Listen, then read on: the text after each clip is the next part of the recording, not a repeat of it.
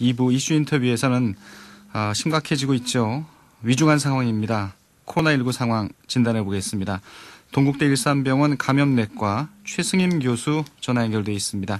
최승임 교수님 안녕하세요. 네, 안녕하십니까. 예, 신규 확진자가 이제 1,000명을 넘어서면서 다들 이 걱정이 좀 공포로 변하고 있는데 현재 상황 좀 어떻게 바라보세요? 사실 제가 이전에 인터뷰 때 1,000명이라는 숫자를 말씀드리면서도 그런 상황이 되지 않기를 바랬었는데요. 주말인데도 1,000명이 넘어섰다는 건 평일이었으면 더 많았을 수 있다는 거거든요. 오늘부터 진단검사 수도 더 확대할 예정이라고 하니까 물론 오늘 확진자 수를 보아야 하겠지만 더 많아질 가능성이 높습니다. 네. 여러 차례 말씀드렸지만 거리두기 상향 시점이 좀 늦지 않았을까라고 생각을 하고요. 또 확진자 증가 추세를 보면 아직 정점에도 도달하지 않은 것 같습니다. 그리고 또 걱정되는 건 이렇게 확진자들이 많이 나오면 나올수록 그 확진자들의 밀접 접촉자들 역시 많아질 수밖에 없는데 현재 역학조사 인력이 절대적으로 부족하면서 이러한 접촉자들에 대한 컨트롤 역시 쉽지 않아서 더 많이 지역사회에 퍼질 위험성이 있다고 보는 이런 좀 심각하고 답답한 상황입니다. 네. 이 교수님이 이제 1,000명을 얘기했을 때 사실 피부로 안 와닿았거든요. 네. 근데 1,000명이 넘고 나니까 뭐라 그럴까요? 그 심리적인 좀 이 저지선이 무너졌다 이런 생각이 드는데 네. 지금 그러면 어떻게 거리두기를 3단계로 지금 격상시켜야 한다고 이렇게 보시는 건가요? 예, 사실 지금으로서는 불가피하고 또 반드시 필요합니다. 이게 사실 지금 확인된 확진자보다도 진단이 되지 않은, 즉 숨겨져 있는 확진자는 더 많다고 볼 수밖에 없는데요. 그러니까 현재로서는 사람과 사람의 접촉을 강제로라도 최소화하지 않으면 이러한 확진자 증가 추세를 막을 수 없다고 보고요. 특히 이미 의료체제 붕괴가 좀 시작이 되었다고 봐야 되는데 1, 2주 동안 강력한 조치가 취해져야 이렇게 부족 현상이 심각한 의료 자원도 그나마 지킬 수 있을 것 같습니다. 네. 이제 거리두기가 2.5단계 시행된 게 일주일째인데, 네네. 이 방역 당국에서는 어떤 위기감은 갖고 있는 것 같습니다만, 거리두기 효과가 아직 나타나지 않은 게 아니냐라고 하는 뭐라 그럴까요? 좀 기대감 같은 게 있는 것 같은데요. 글쎄요. 물론 이전에 말씀드린 대로 거리두기의 효과가 나타나는 데에는 7일에서 10일 정도 걸리고 지금 나오는 확진자들은 이제 1, 2주 전에 감염이 된 환자분들이기는 한데요. 사실 그래도 벌써 2주 동안 이제 확진자 수가 전혀 줄어들 기미가 보이지를 않고 또 그때 말씀드렸던 감염 재생산 지수, 즉 한 명의 환자가 새롭게 이제 감염을 일으키는 환자의 수가 1과 1.5 사이를 왔다 갔다 하면서 좀처럼 줄질 않았거든요. 또 거리두기 단계를 2단계에서 2.5단계로 올리고 난 후에 한 일주일 정도 이동량을 보았을 때 이것도 별로 그렇게 줄지 않았습니다. 그래서 사실 아직 일시적인 현상이라기보다는요. 앞선 거리두기의 조치가 효과적이지 못했다는 것을 좀 보여주는 것이라고 생각을 하고요. 네. 또 최근에 확진자가 급증한 것은 이제 요양병원이나 종교 모임과 같은 소모임 이런 여러 클러스터 감염이 전국적으로 많이 발생한 것도 큰 이유 중에 하나인데 이미 지역사회에 감염이 많이 퍼져 있는 상태에서 이런 소규모의 집단 감염 역시 좀 당분간은 계속 나올 것 같습니다. 네. 그러니까 교수님이 보시기에는 지금 숨어있는 그 증상자, 이를테면 무증상 감염자라고 하는데 이런 분들이 굉장히 많다 지금 이런 얘기네요. 네네. 그래서 오늘부터 이제 수도권에 임시 선별 진료소가 이제 추가로 설치가 됩니다. 150곳. 그러면은 아무래도 이 임시 선별 진료소를 통해서 확진될 이 코로나 확진자가 더 급증할 수도 있겠네요. 네네, 그렇습니다. 사실 이렇게 선별진료소를 새롭게 만드는 것 자체는 이제 이전까지의 방역의 핵심은 선제적으로 환자가 나왔을 때 진단검사를 통해서 확진자를 조기에 격리하고 치료하고 또 그 접촉자를 관리해서 N차 전파의 고리를 끊어내는 것이었는데요. 이제는 확진자 수가 좀 급증하면서 확진자를 확인한 이후에 시행하는 역학조사만으로는 증가 추세를 막기 어렵기 때문에 무증상 감염을 최대한 빨리 찾아내고 또 적절하게 전파 고리를 끊어주겠다는 계획입니다.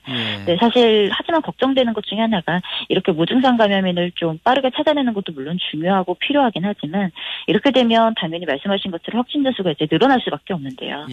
현재 이렇게 쏟아져 나오는 확진자들을 제대로 케어해 줄 수 있는 시설이 부족하다는 겁니다. 그리고 사실 검사를 하루아침에 무제한으로 할 수는 없거든요. 그런데 이렇게 또 무증상 감염인들에 대한 검사에 인력과 자원을 다 집중하면서 더 적극적으로 이제 대량의 검사를 시행해야 되는 것. 예를 들면 요양병원 같은 이런 고위험 시설의 검사를 놓치게 되면 이 역시 큰 문제가 되지 않을까 하는 우려가 좀 있습니다.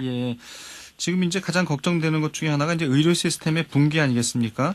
네네. 이제 확진자가 이렇게 이제 급증을 하면 이제 병상이 이제 부족해지는 부분이 생기고요. 현재 이제 격리 중인 환자가 집에서 대기하는 분들도 많다고 하고. 네. 이런 부분을 좀 어떻게 좀 극복을 해야 될까요, 그러면?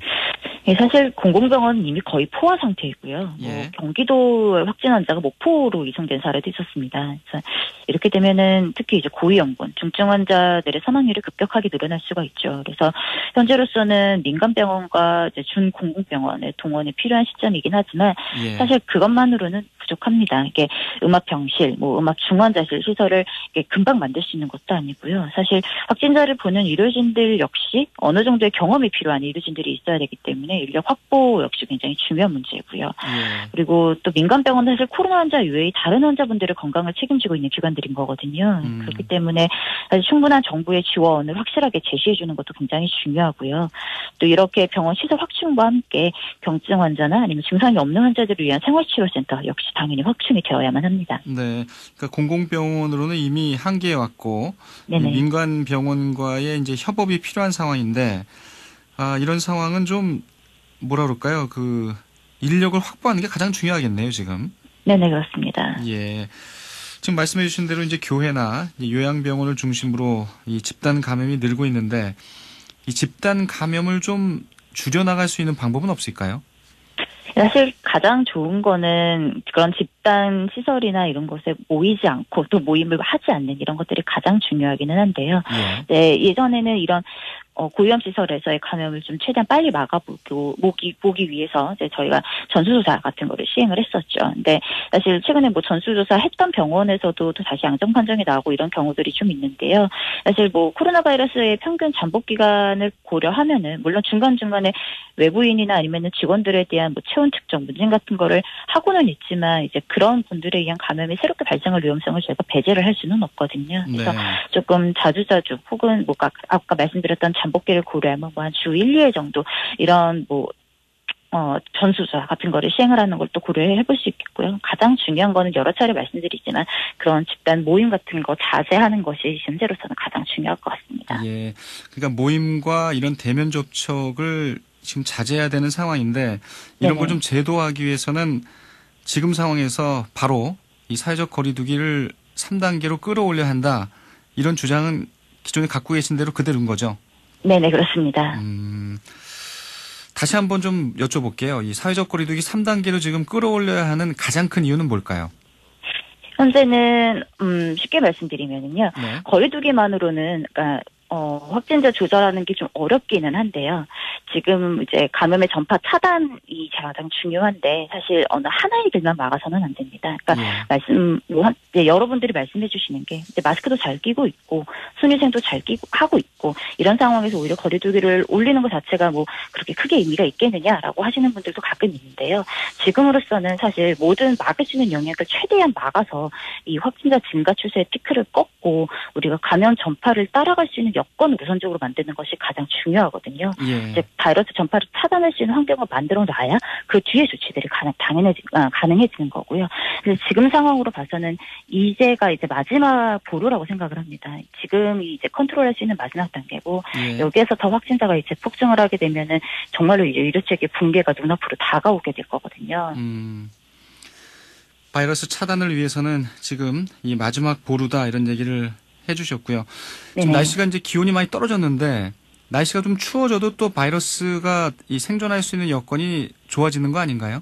네네, 그렇습니다. 그러니까 바이러스 자체가 점막에 잘 달라붙게 되고 침범하는 것도 물론 더 가능해지는데요. 날씨가 추우면은 어쨌든 여러 사람들이 실내에서 조금 모이게 되는 경우도 많아지고 또 환기를 하는 횟수도 좀 줄어들기 때문에 그런 여러 가지 복합적인 상황이 또 앞으로 확진자가 더 많이 나오게 될 수 있는 그런 환경을 만드는 것도 사실 가장 걱정입니다. 네. 사실 백신에 대한 문제도 좀 여쭤보고 싶은데요. 이 백신에 대한 얘기가 자꾸만 나오다 보니까 사회적인 좀 긴장감이 좀 완화되고 있는 것 같아서 이 백신에 대한 얘기는 오늘 하지 않겠습니다. 예, 아무튼 지금 코로나 환자가 지금 급증하고 있는데 이 급증하는 추세를 꺾기 위해서는 결국 바이러스를 차단하기 위해서는 이 사회적 거리두기를 3단계로 끌어올려야 한다는 얘기로 오늘 정리를 해야겠네요. 예, 교수님 말씀 오늘 잘 들었습니다. 고맙습니다. 네, 감사합니다. 동국대 일산병원 감염내과 최승임 교수였습니다.